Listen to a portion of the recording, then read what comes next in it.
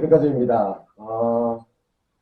제가 오늘 오전에 강릉에 가서 그 EBS 건축탐구 집에 방송된 프리패브 공법으로 시공한 패시브 하우스 건축주님을 만나 뵙고 대화 형식으로 그 지금까지 살아오신 소감에 대해서 인터뷰한 영상을 올려드렸는데요. 강릉 그 패시브 하우스에 대해서 그 질문을 하시는 분이 계셔서 추가적으로 좀 말씀을 드리려고 합니다. 아마 이 영상을 예비 건축주님들께서도 보시겠지만은 업체분들도 뭐 몇 분은 보시는 거로 제가 알고 있는데 그래서 전화를 주시는 분도 계시고요.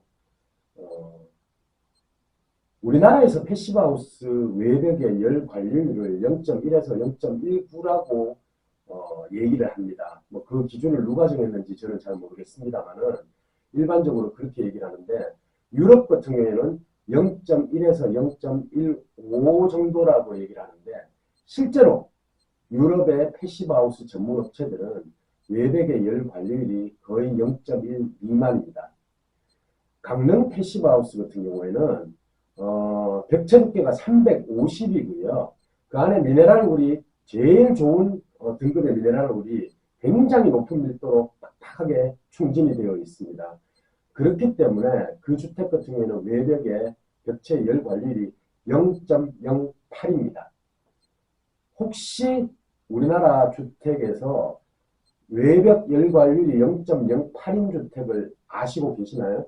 저는 거의 없을 거라고 확신을 합니다. 있을 수도 있겠죠. 하지만은 제가 아는 지식으로는 잘 없습니다. 열 관리율 좋다고 많이 홍보하는 업체들 보면은 기껏해 0.14, 뭐 13 이 정도로도 굉장한 것처럼 홍보를 하는데 0.08이라는 수치는 아마도 없을 거라고 저는 거의 확신을 하는 편입니다. 그런 벽체이기 때문에 실제로 시공을 할 때 굉장히 추운 날씨에 시공을 했습니다. 강릉 날씨가 온도가 영하 15도 수준이었고 체감 온도는 영하 24도까지 내려갔었을 때였습니다. 그때가. 근데 1층 패널을 세우고 위에 패널, 층간 패널을 덮으니까 온도계로 온도를 측정해 보니까 13도가 나왔었습니다. 상상을 초월하는 수준이죠. 뭐 안에 난방을 한 것도 아니고 아무것도 없는 상태에서 그냥 13도가 나왔기 때문에 이 주택의 단열 수준이 어느 정도일 거라는 것은 대충 감이 오실 겁니다. 그때 일을 하셨던 목수분께서 어떤 얘기를 하셨냐면은 내가 30년 동안 목수 일을 했지만은 이런 단열은 본 적도 없고 들은 적도 없다라고 얘기를 합니다. 그분께서 그런 얘기를 하시더라고요. 이런 집 자꾸 프리패브 공법으로 지으면 우리 일은 줄어들겠지만은 정말 이런 집은 많이 지으셔야 합니다. 라고 말씀을 하셨던 기억이 납니다.